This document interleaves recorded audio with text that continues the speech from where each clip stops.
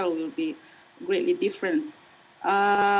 If any of the participants would like to share any of their experience in doing qualitative data collections, or maybe asking questions or to clarify something, please do so. Otherwise, we would like to invite our expert to give about the ethical principles. สรุปไปแล้ว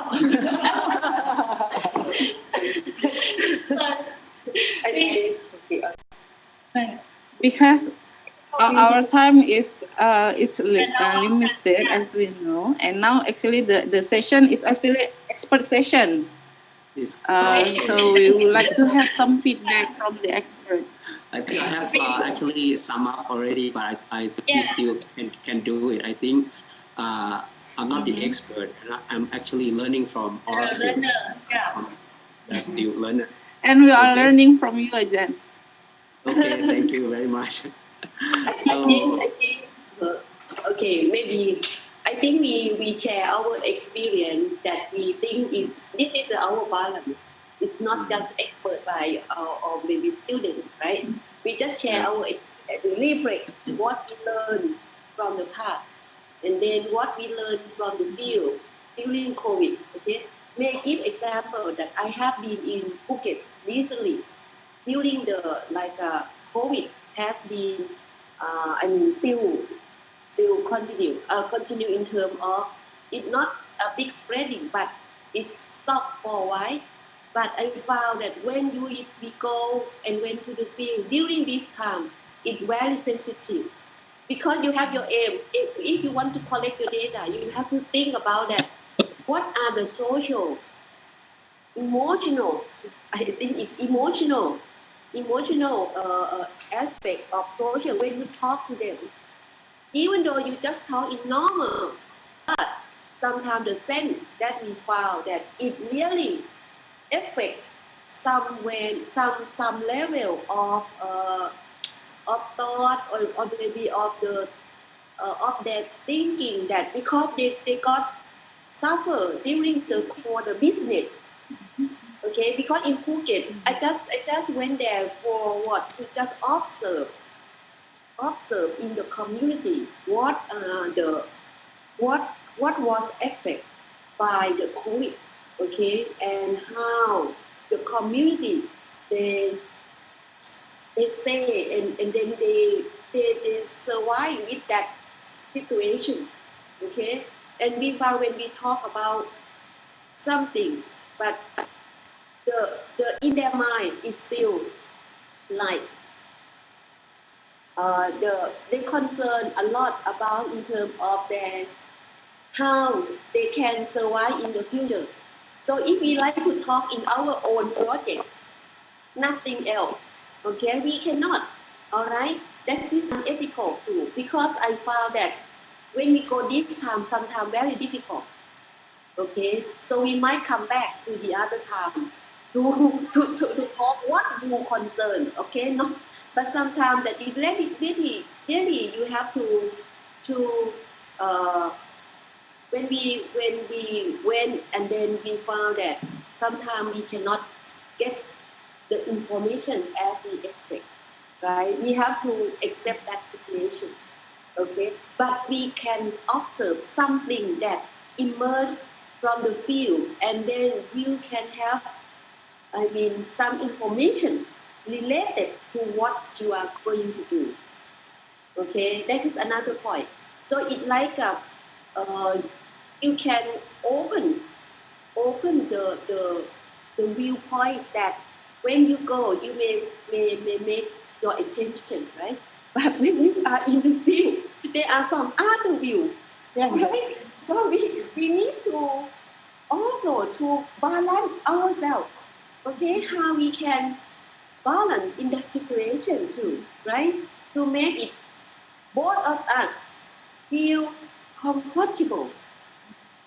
All right, not the way in which that we are going to take this, take that. We are going to gain that information. All right? Yes, Ajahn. Yeah, thank you. Thank you very much for adding this infos. And now we go back to Ajahn Thaworn. Yes, I just post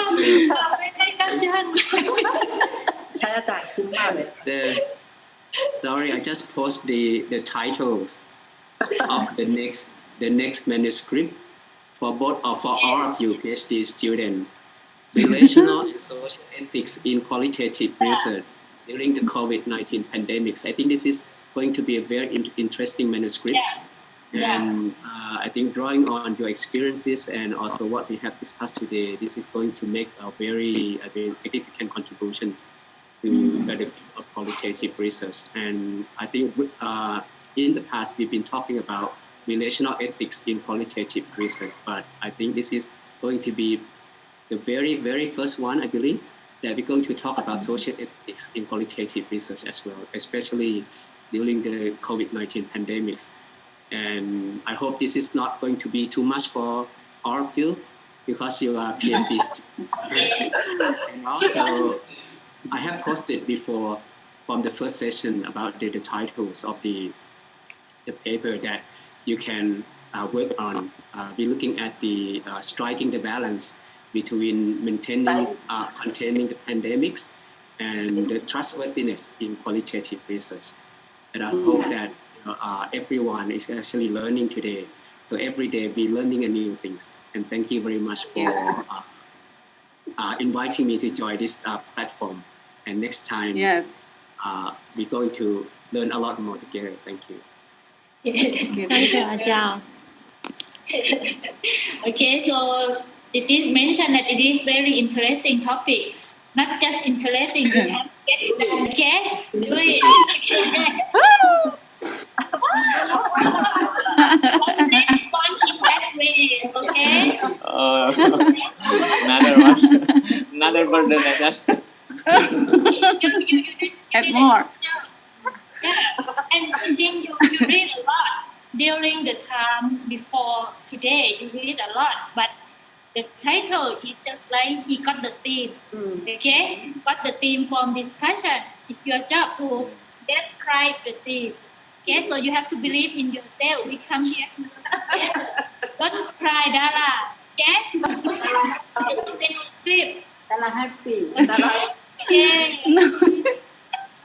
Okay. Challenging, Ajahn. Okay, it's a challenge. To finish the paper. Yeah. Don't say a word, right? You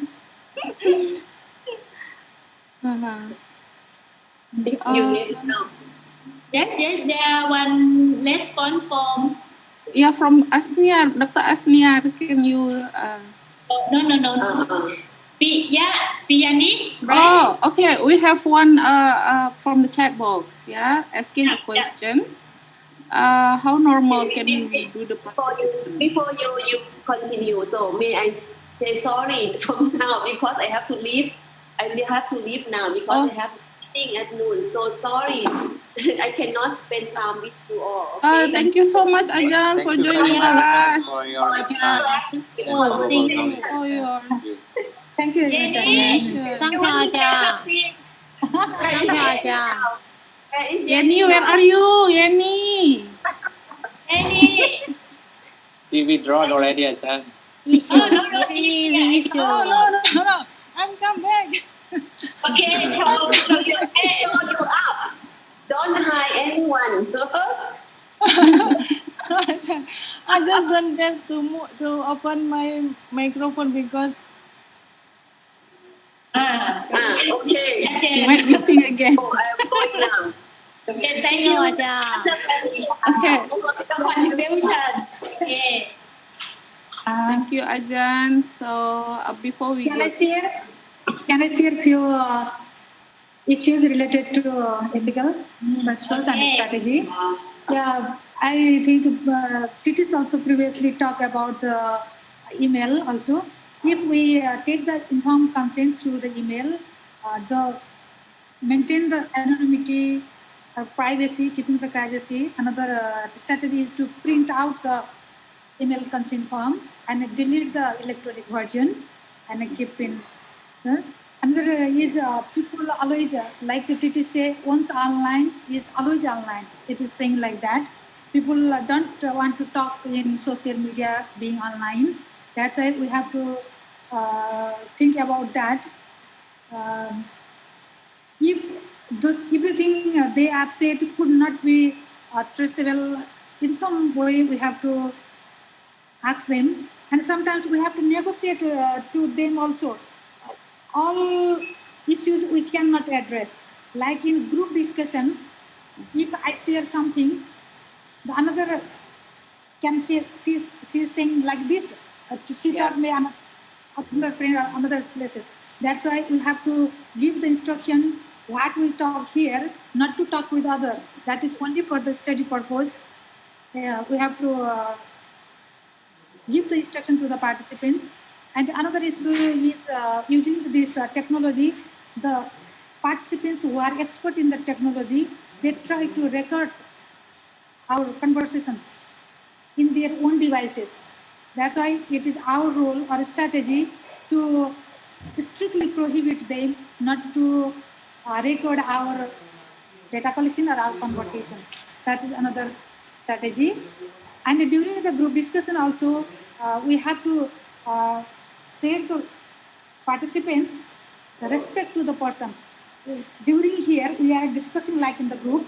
If I am saying something, the respect by the others. Others say something, I respect to the others. This is another principle that make the ethically during this data collection in the group way.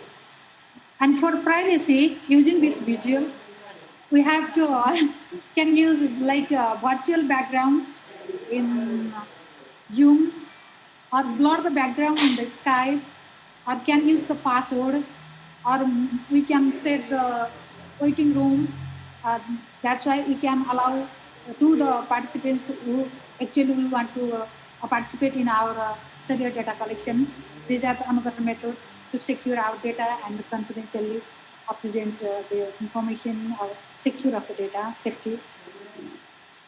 Yeah, thank you very much for adding this up. Actually, we have one question from the participant, but friends, you can read it, yeah. But I fail to understand about the normal. How normal can we do the participants? Oh, you mean the maximum participant sample? Okay, so any friends would like to answer this question? Maximum participant sample. Yeah, for the actually in qualitative we didn't say sample, say participant. No, really, it's not quite clear about the question. Maximum participant sample. Yeah, I mean she's asking how many participants for doing qualitative data collection for the interview. Okay, so back I think to the principle. About the email literature said not more than 12 to 15 participants at a time.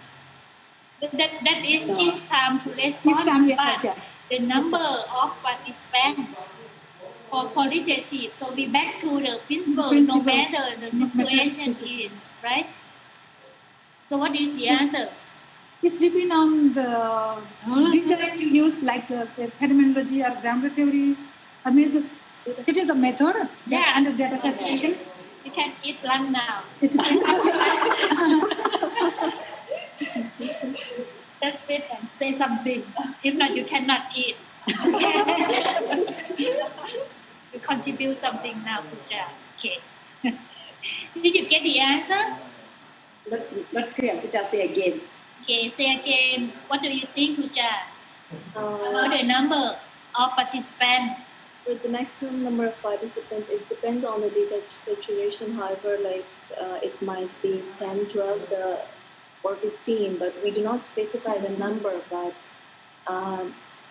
you continue the data collection and you get start getting the saturated data, then you can start collecting the data. There is a principle of data collection for qualitative. So although it shouldn't change, but we still have the same until we get, that's information that you say. Yes. You tell. Yes, sir. Then, and for data saturation, for like Pooja said about the number of participants, data saturation. But another aspect for data saturation, maybe ask the same participants until the researcher what to want to export to get the answer to the research questions. Because from the participants, she asked about the number of samples. Normally it's the same, but okay, if you do for cut groups, so sometimes cut group, okay, it's not more than 12 or 15 in the group, right? But in this situation, maybe, it need to have space. So to measure for a part or something, if you want to do for cut group, but she asked from the simple size, maybe A4, right? Because she asked here maximum of the participant symbol, so it means how many participants? Yes, I just said in my reading on the theory, there is a standard. This is a general question, number of participants, because we can follow any design.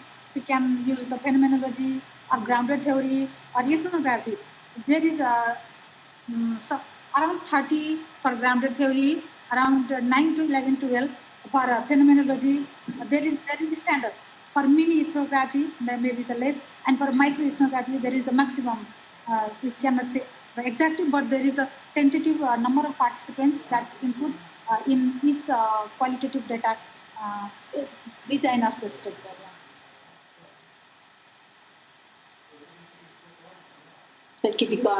Answer. I'm not concentrated, just working on chat. Okay, so I think it depends on the objective of the study. If you have enough information, you can stop. But sometimes you need more. Some people get more than 20. Some study get 40. Sometimes when they read from the journal. But knowing for the rule, for the principle, like Puja said, number. But until you have the information enough to make conclusion on the category of the theme, and then depend on your objective too. And sometimes I can remember which textbook or article that I read. There is no real saturation. Yeah, no real.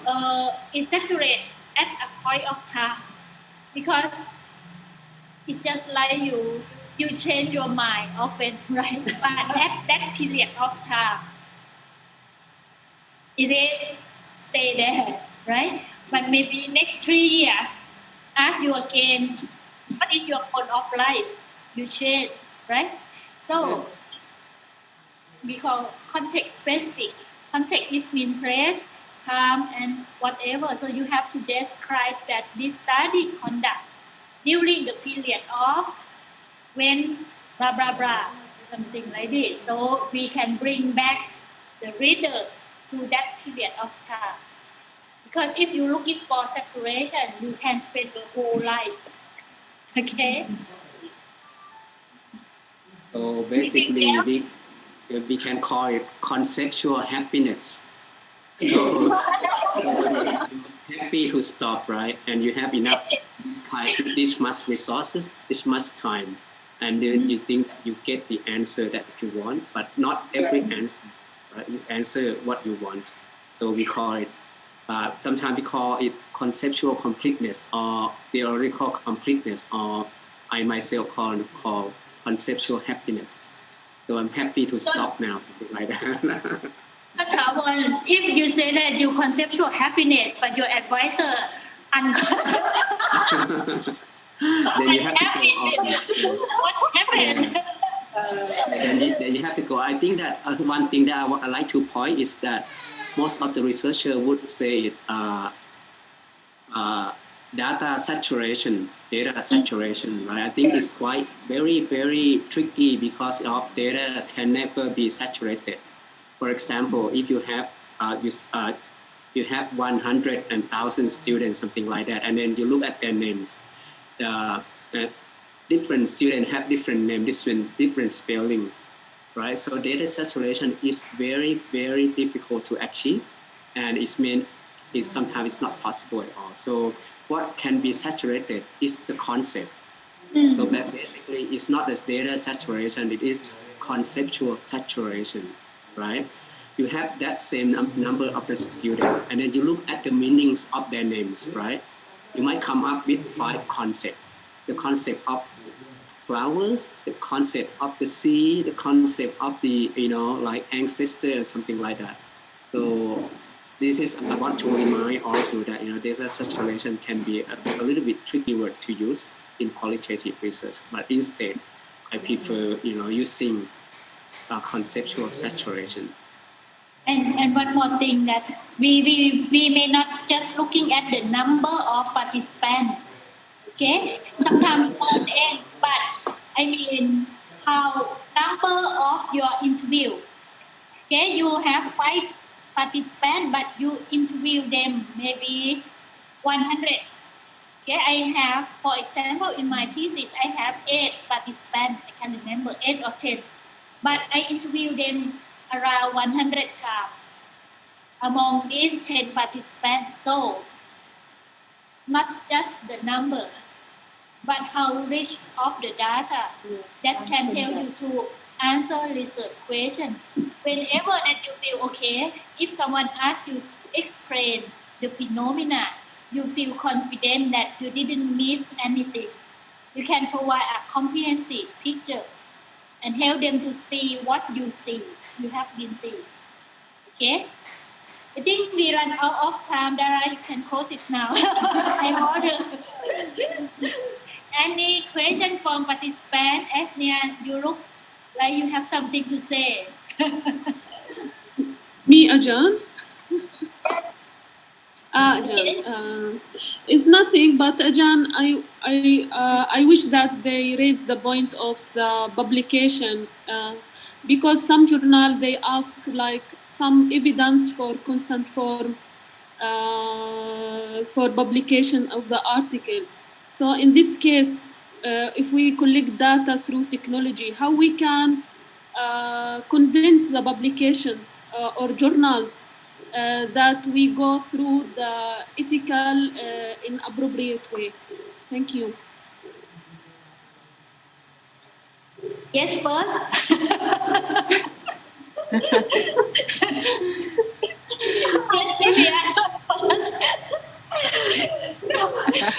I'm sorry, Okay. Ajahn, you asked me. Yeah. Not too rude.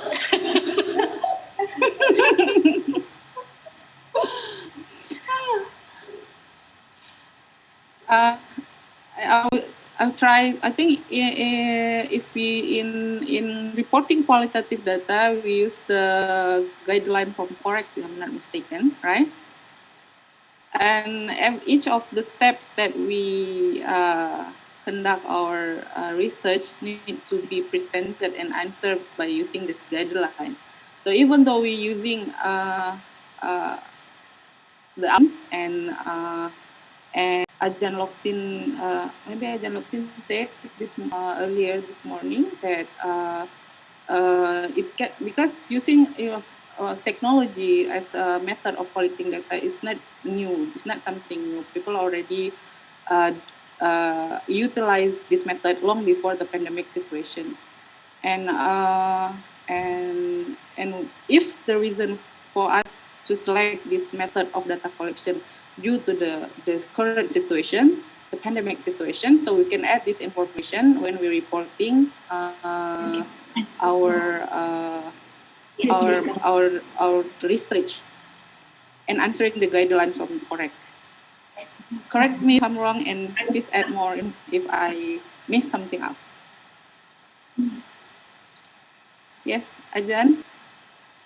So I'd like to add the question is the journal, right, ask for the consent form, right, from the researcher. Is that correct? Rob? Yes. Is that correct? Rob? Ajahn, yes, Ajahn. Regarding consent form, yes, you are correct. Consent form, yeah.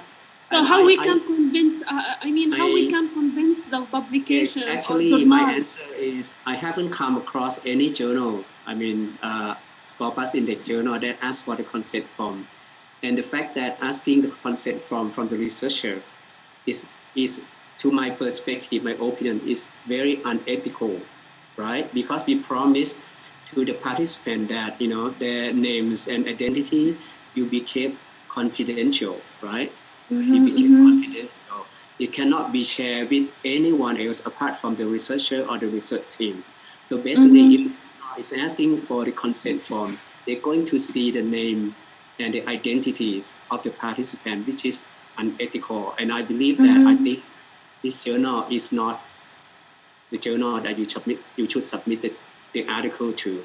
The best thing that they can have is the ethic approval or the number. This is what, you know, the most that you can give it to the journal. Okay, Ajahn. Okay, thank you so much. Thank you. You're welcome. Okay, thank you so much, Azahan. Now we hands to Asniar. Please give some comment and feedback to our seminar today. It's very interesting one. Thank you for letting me to join. It's a very nice atmosphere of discussion. I learned a lot today.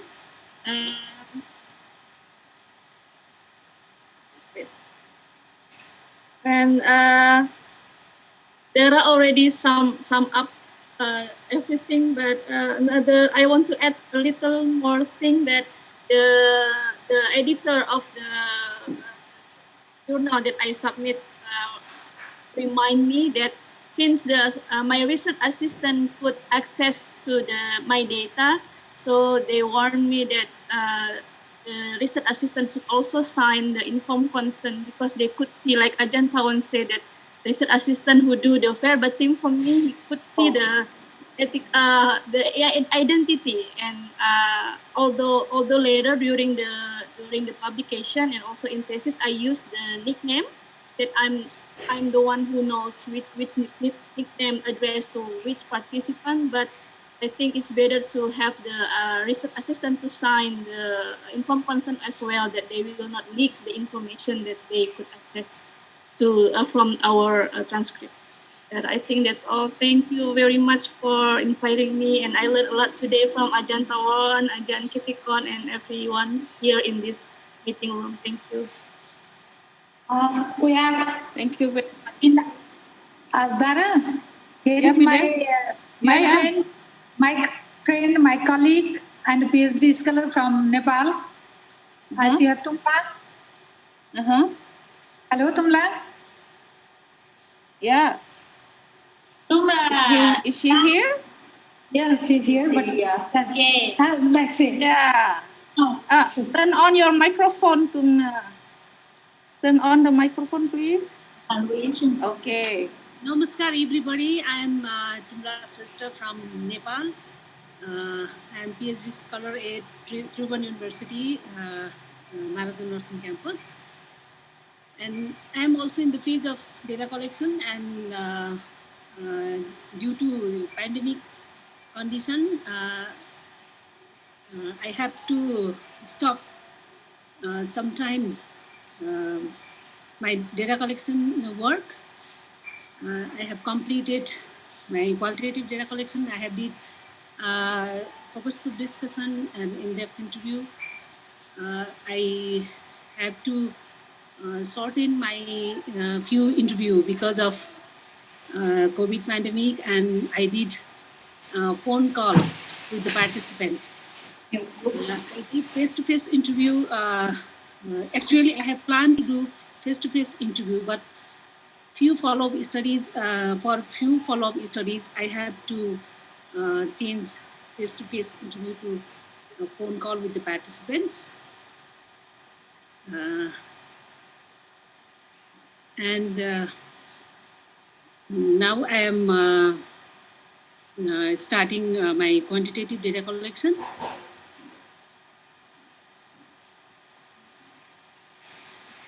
And the data collection work was actually challenging because of this pandemic situation.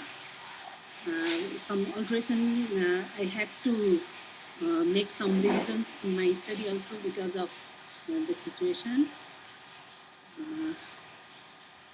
That's all for now. Thank you. Thank you very much. Hola. Yes. Okay.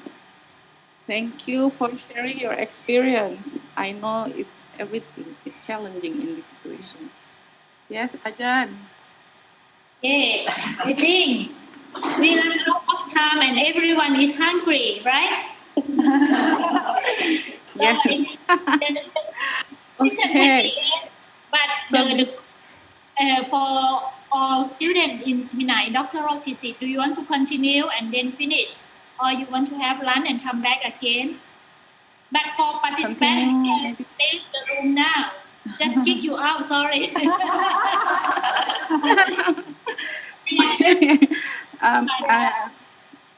Yeah, Nala, you want to say something? Yeah, maybe before we closing.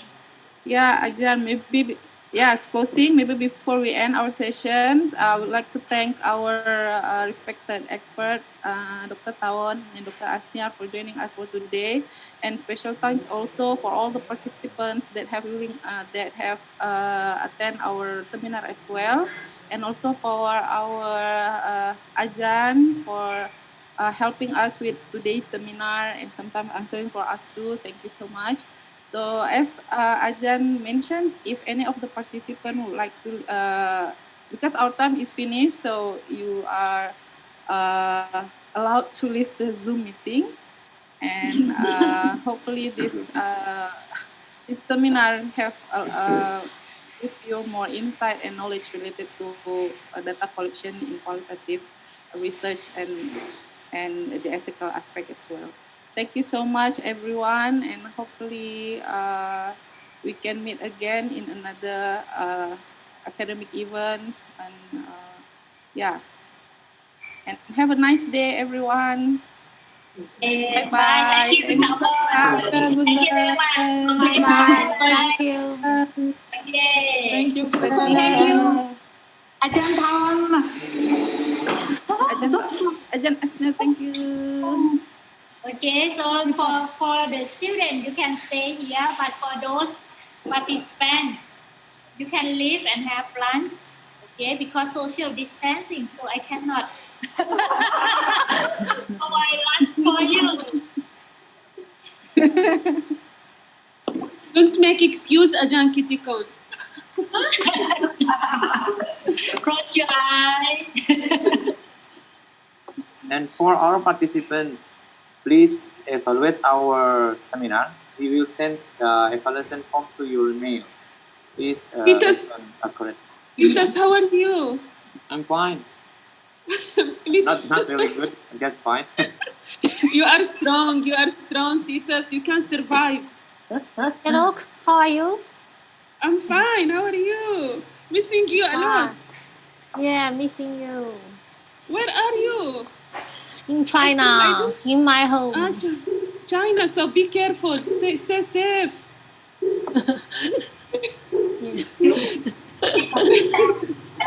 Why don't you come and visit us? Yeah, you can join our reasoning in our next seminar.